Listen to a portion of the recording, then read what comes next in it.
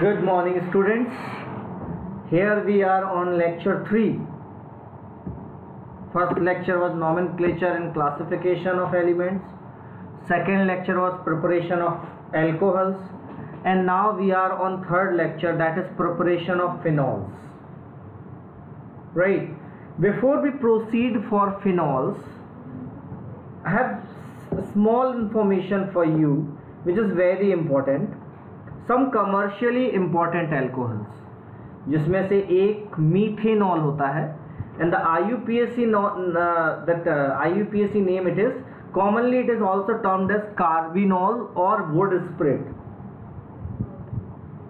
Right. We have seen कि हम कैसे अल्कोहल्स को बना सकते हैं CH3Cl के ऊपर KOH के रिएक्शन से, and many reactions we have seen.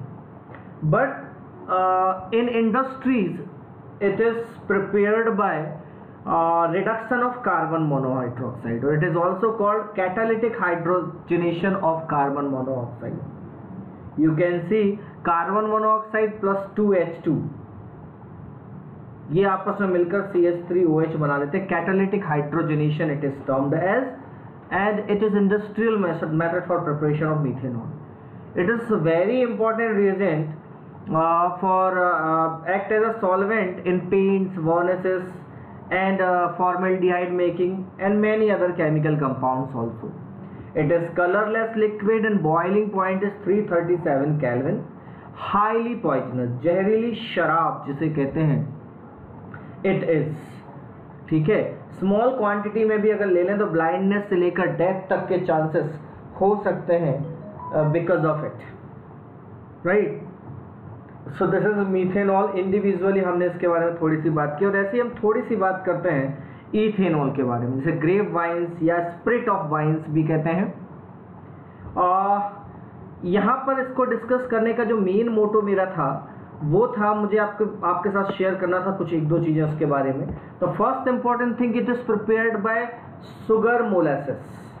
Sugar molasses is actually, we know very well कि शुगर केन से जो जूसेस होते हैं उससे शुगर बनाई जाती है.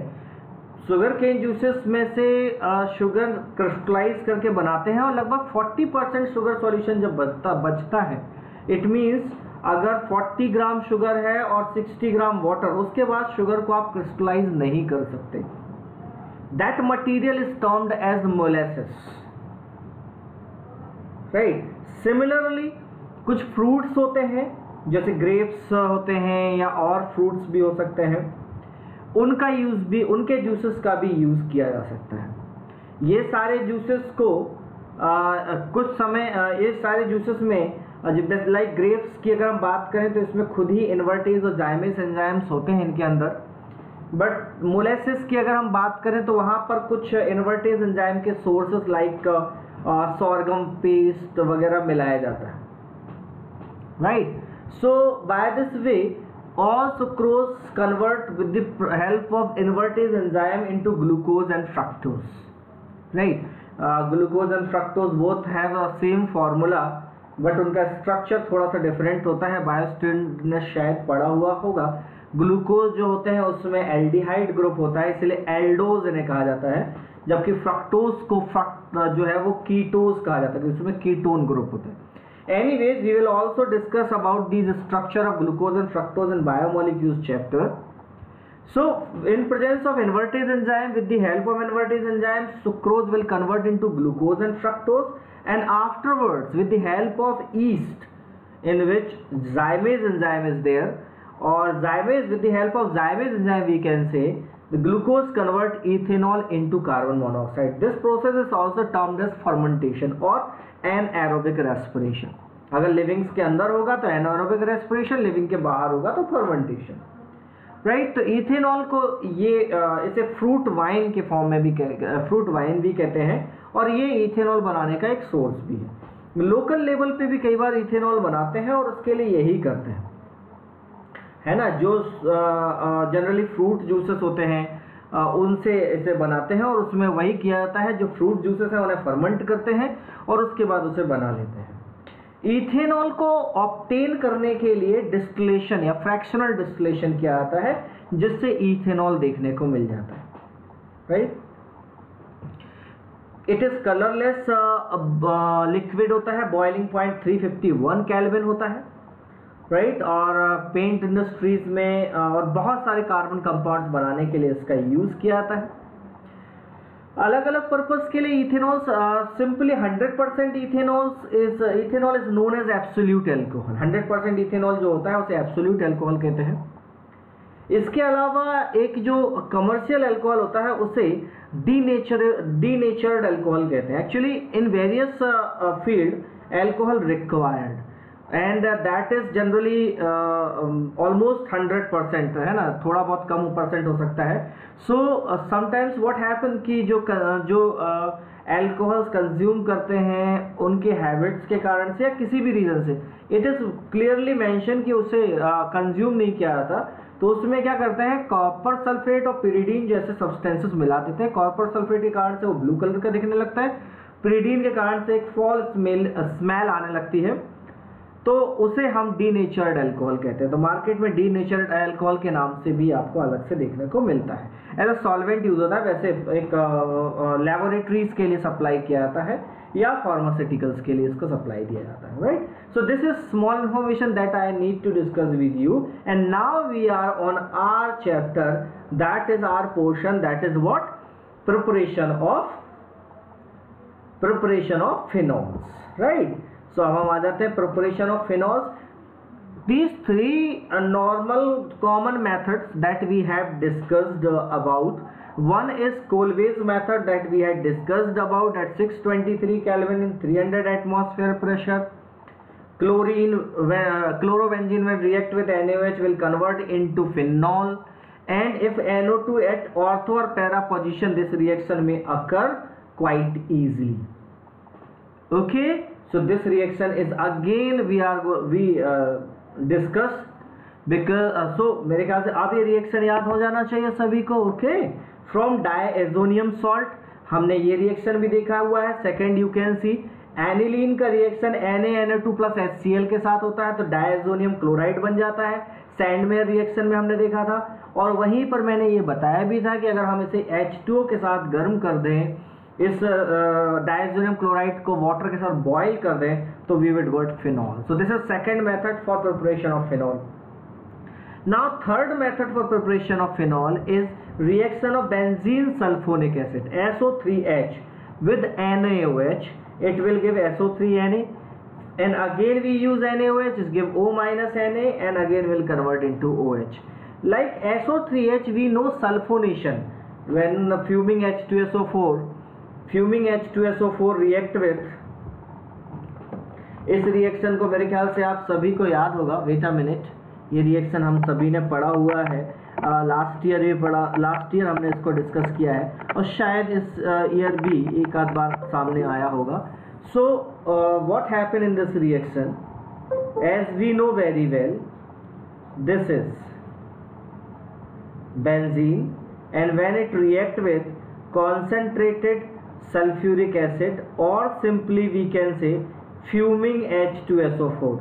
Fuming H2SO4 में SO3 भी होता है। SO3 का स्ट्रक्चर कैसा होता है, S double bond O and double bond O। So S के ऊपर यहाँ माइनस, यहाँ प्लस चार्ज होता है। ये न्यूक्लियोफाइल की तरह जाकर यहाँ रिंग से जुड़ता है और यहाँ से हाइड्रोजन बाहर निकल जाता है, तो अल्टीमेटली SO3H बन जाता है। ये SO3H बेंजीन सल्फोनिक एसिड ये कंपाउंड कहला जाता है। और इस रिएक्शन को देखिए, यहाँ पे कॉन्सेंट्रेटेड एसिड लिया है, अगर यहाँ पर डाइल्यूट एसिड ले लें तो ये आसानी से कन्वर्ट हो जाएगा, वापस SO3H बाहर निकल जाएगा। क्या निकल जाएगा? तो ये रिएक्शन जो होता है रिवर्सिबल रिएक्शन होता है। अब आपको क्या करना है, बस तो SO3H जो है वीक बॉन्ड बनाता है, तो आपको NaOH का यूज करना है। So it will convert into what, it will convert into SO3Na, फिर फर्दर NaOH का यूज करना है तो इट विल कन्वर्ट, ये बॉन्ड ब्रेक हो जाएगा, OH इसे रिप्लेस कर देगा जैसे कोलवेज प्रोसेस में होता है।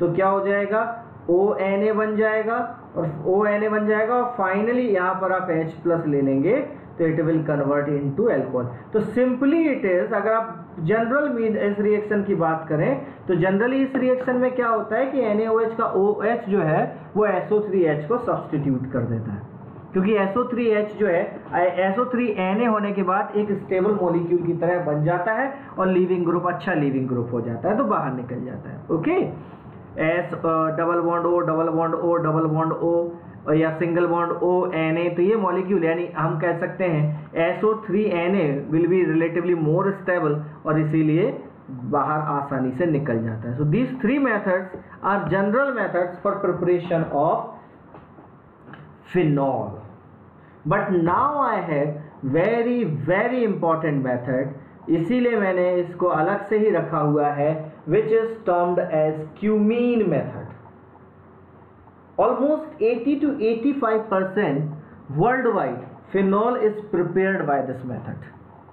हम सभी जानते हैं कि normally phenol act as a disinfectant और इसीलिए उसका बहुत यूज होता है हॉस्पिटल्स से लेके हर जगह फ्लोर क्लीनिंग के लिए उसका बहुत यूज़ किया जाता है और इसीलिए बहुत इंपॉर्टेंट होता है कि फिनॉल जैसा सब्सटेंस एक्सपेंसिव ना हो। So the cumene method is used for preparation of it. In this cumene method the first step is electrophilic substitution reaction, जिसमें बेंजीन रिंग के ऊपर प्रोपीन का एडिशन किया जाता है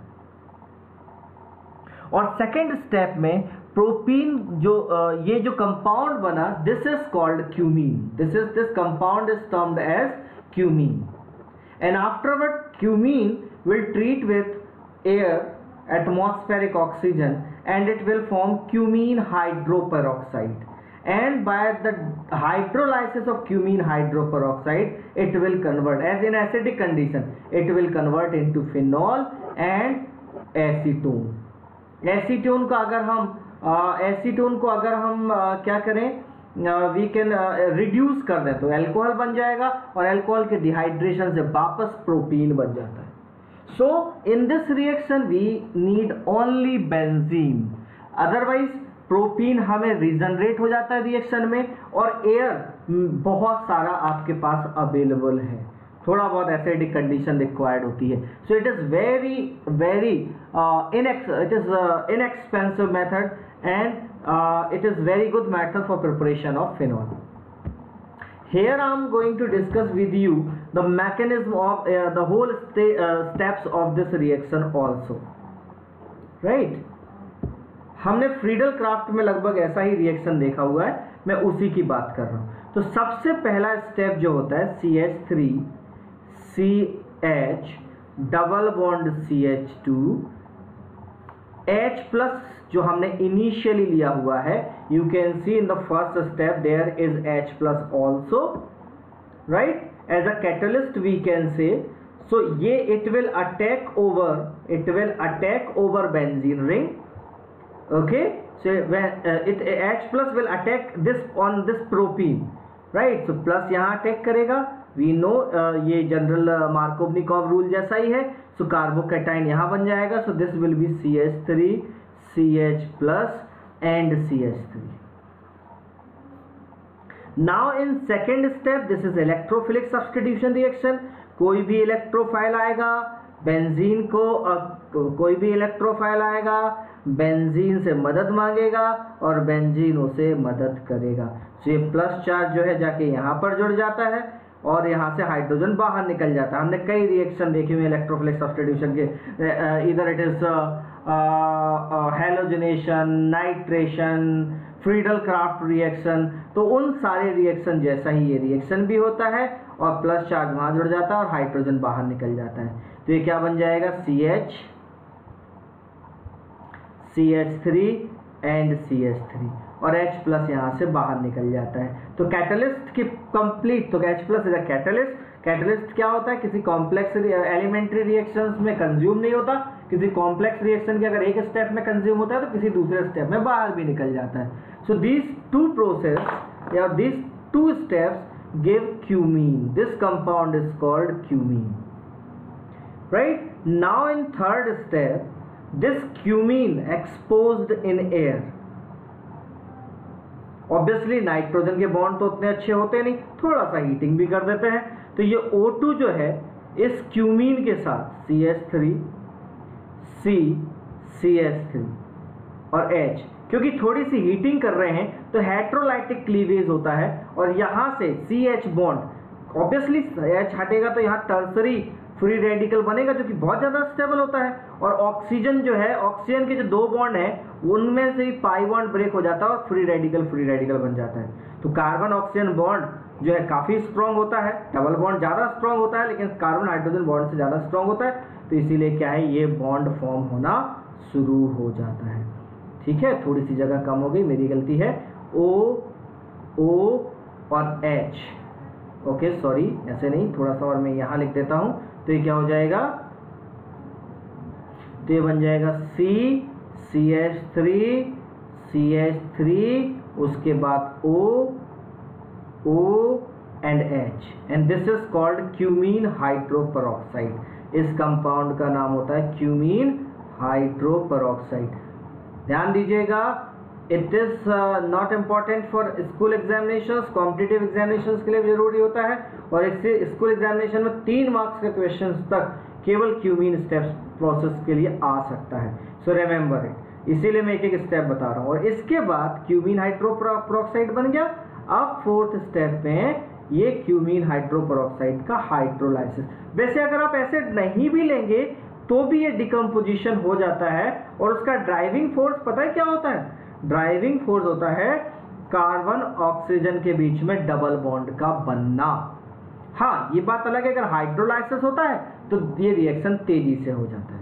तो जनरली इसमें क्या होता है, जैसे अगर आपने H+ ले लिया तो क्या होगा, एसिडिक कंडीशन ले ली तो ये ऑक्सीजन H+ से जुड़ने लगता है, ठीक है, और ये जो बॉन्ड है वो ये बॉन्ड इधर शिफ्ट होने लगता है, ठीक है। तो क्या हो जाएगा, CH3 C double bond O CH3, और साथ में क्या बन जाएगा, ऑब्वियसली यहाँ से बॉन्ड खिंच गया तो यहाँ प्लस आ गया, इसके ऊपर प्लस चार्ज आ गया। मैं अलग अलग बता रहा हूँ, बाकी एक ही स्टेप में पूरा प्रोसेस हो जाता है। और साथ में यहाँ से क्या निकला, H2, and now this H2 will attack again over there. Again H+ is a catalyst here, right? तो H+ फिर से यहाँ पर कैसा एक्ट कर रहा है, कैटलिस्ट की तरह। तो ये OH2+ बनता है और उसमें से फाइनली हाइड्रोजन बाहर निकल जाता है, तो ये बन जाता है क्या, phenol. So these are steps for phenol. Is it clear? First step में कार्बोकैटाइन बनेगा, कार्बोकैटाइन फॉर्मेशन। सेकेंड स्टेप, सबसे पहला स्टेप क्या है, carbocation formation. Second step is electrophilic substitution reaction. Third step is free radical addition अपन कह सकते हैं, ठीक है।